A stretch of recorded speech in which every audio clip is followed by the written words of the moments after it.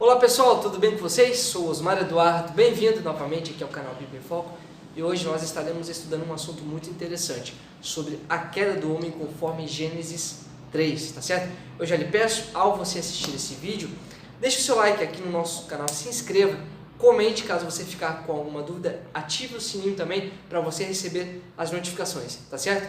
Aqui desse meu lado vai estar as minhas redes sociais para você estar me acompanhando e assim também acompanhando o nosso ministério. Amém? Uma bola para você, que Deus venha te abençoar. Começando aqui a aula sobre o tema A Queda do Homem.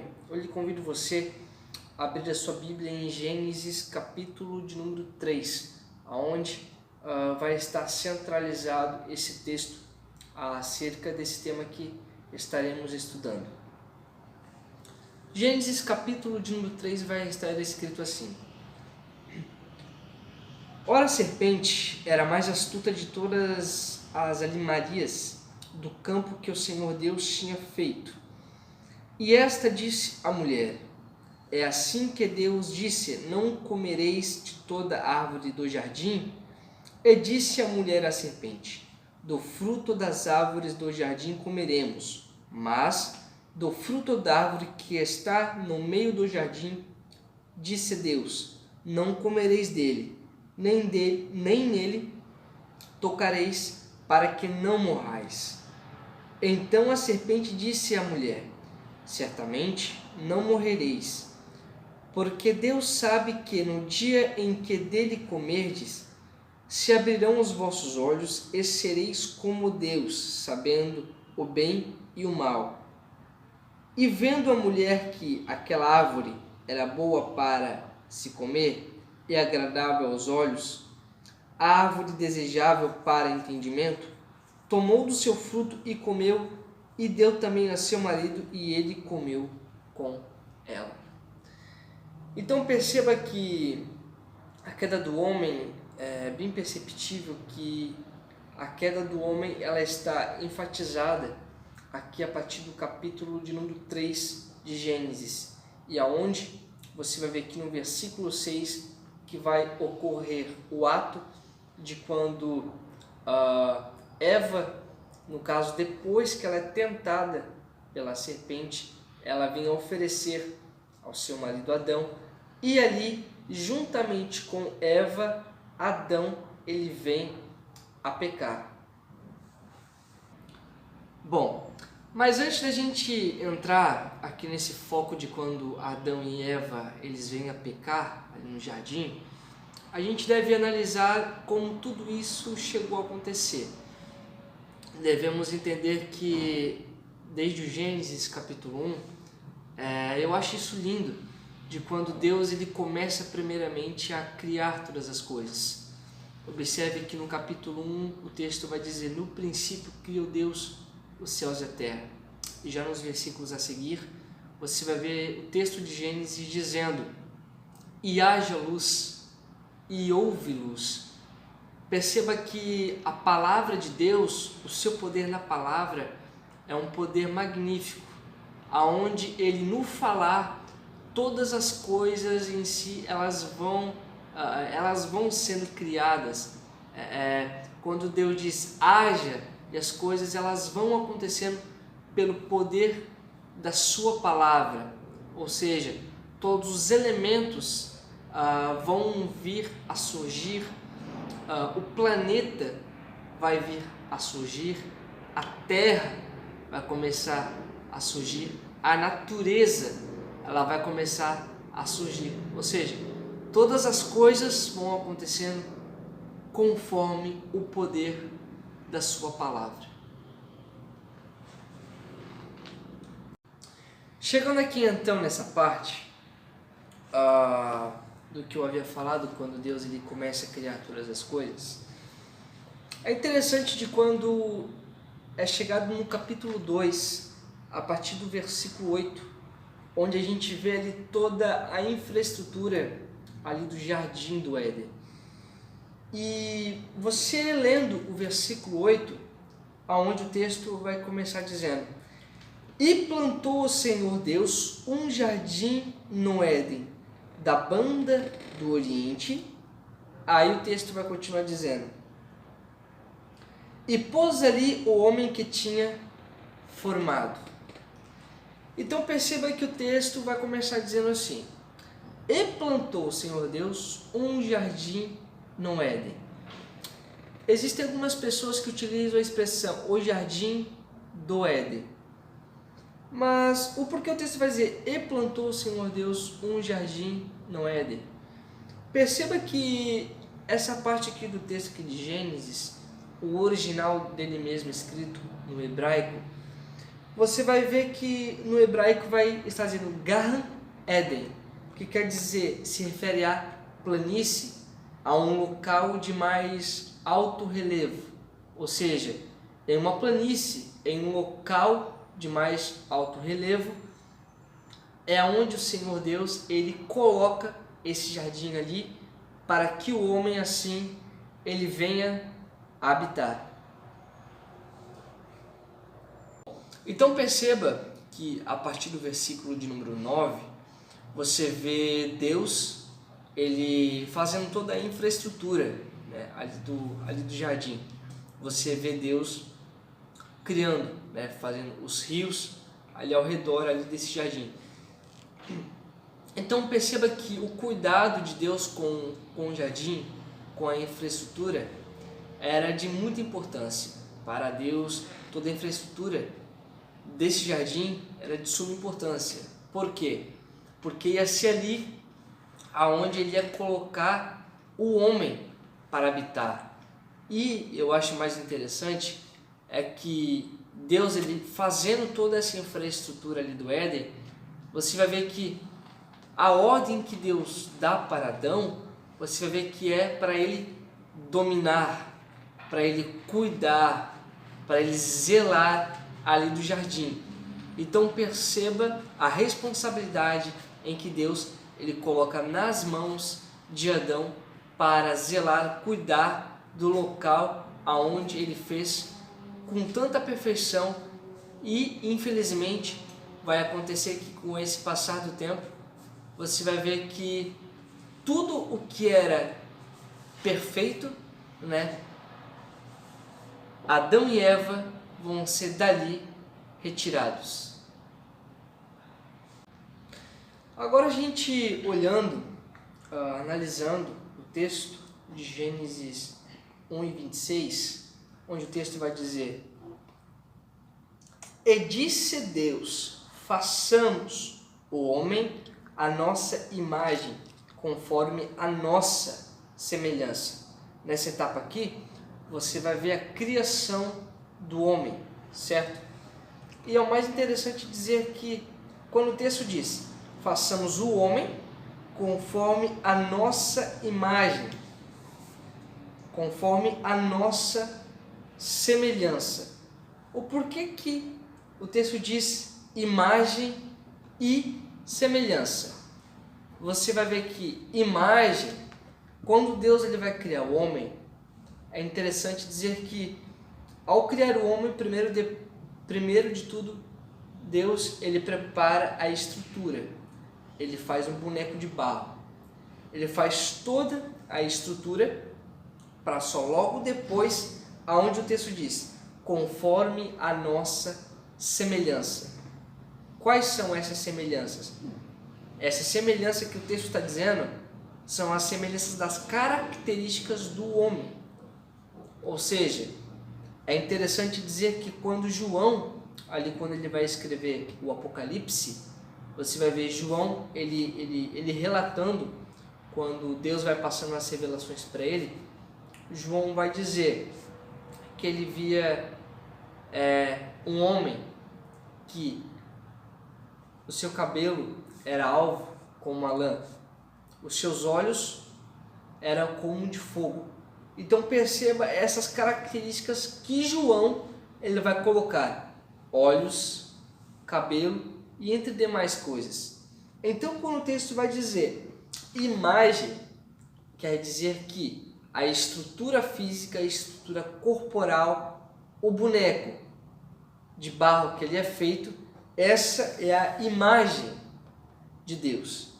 E a semelhança são as características em que há no corpo físico, ou seja, olhos, boca, cabelo e entre demais outras características. Então, por isso que o texto ele vai dizer, conforme a nossa imagem e também conforme a nossa semelhança.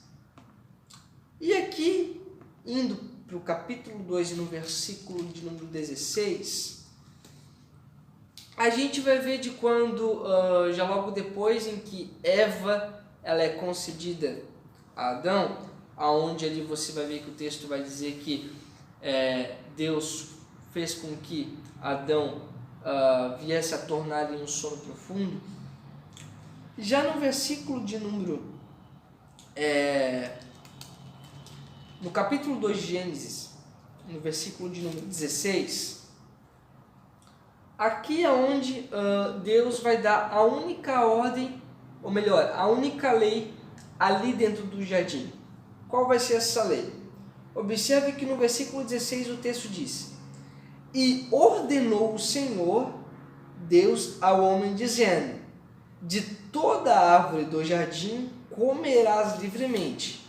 Aí o 17 diz: Mas da árvore da ciência do bem e do mal, dela não comerás, porque no dia em que dela comeres, certamente morrerás.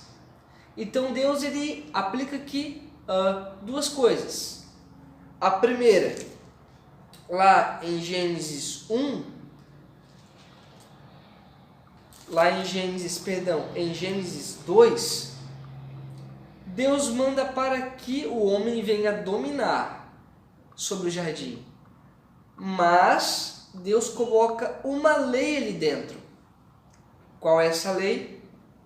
De tudo ali ele poderia aproveitar. Porém, de tudo que ele poderia aproveitar, somente ele não poderia se alimentar, comer, aproveitar, era da árvore do conhecimento do bem e do mal. Do fruto dessa árvore era a única coisa em que ele não poderia comer. A única lei então que Deus ele coloca ali neste jardim para Adão e também para Eva é essa de não comer esse fruto dessa árvore. Porém, você vai ver nos versículos a seguir, a única lei que é colocada ali, essa é a única lei que ela vai ser transgredida quando a serpente ela vai oferecer, dizendo para eles em que não teria problema, mas Eva não suporta, comendo o fruto, ela vai passá-la para Adão, passando para Adão, ele vai comer esse fruto, e quando eles, nesse momento, é o momento em que o pecado ele entra no jardim, e nesse momento de quando o pecado ele vai entrar no jardim, eles não vão mais estar com as suas vestes de glória, né? Neste caso, nesse momento eles vão se esconder. Passar um tempo, Deus ele vai descer no jardim, vai chamar por Adão. No que ele vai chamar por Adão, Adão ele vai se apresentar. Adão se apresentando, ele vai dizer para Deus que o fruto havia sido a sua esposa, ou seja, Eva que ofereceu para ele, e ele comeu, ou seja, ele vai estar colocando a culpa em Eva. Eva irá colocar a culpa na serpente. Então analise toda essa linha em que um passa a culpa para o outro, mas nenhum toma essa responsabilidade de dizer eu pequei. Não, um passa a culpa para o outro, e a partir do momento em que eles comem do fruto, em que é o momento em que o pecado ele vai entrar ali no jardim.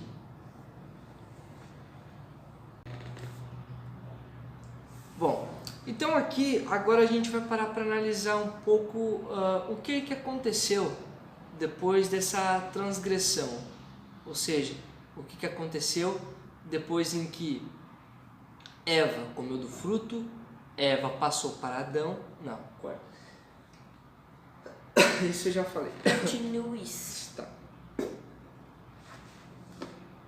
Bom, então aqui agora a gente vai ver as consequências que ocorreram, né, depois que o pecado ele entrou ali no jardim.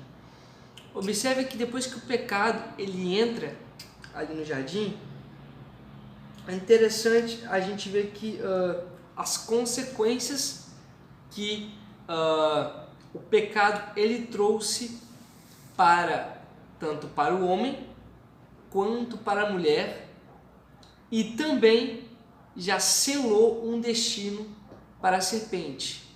E qual vai ser o destino ali da serpente? O texto vai dizer que do fruto da mulher nasceria um em que ela feriria o seu calcanhar, porém pisaria na cabeça da serpente. Ou seja, é a primeira profecia bíblica a respeito da pessoa de Cristo. Ou seja, você já nessa parte da Bíblia, você vê a primeira profecia do próprio Deus falando a respeito da vinda de Cristo para a remissão dos nossos pecados. Bom, então, do que eu acabei aqui de comentar, conforme Gênesis 3:16, você vai ver que depois em que Adão e Eva eles pecam, o que Deus ele vai falar para eles? Observe só o texto. Em Gênesis 3, versículo 16 vai dizer: E a mulher ele disse, no caso, isso aqui é Deus falando com a mulher: multiplicarei grandemente a tua dor. Ou seja, ele está falando aqui das dores de parto. E a tua conceição, com dor darás à luz a filhos, e o teu despojo será para o teu marido, e ele te dominará. Ou seja, aqui o texto está falando de quando a mulher ela vai dar à luz, ela sentir dores no parto. E também que a mulher, a partir daquele instante, ela adquiriu a consequência também de ser o quê? De agir com reverência ao seu marido, ou seja, de respeitá-lo.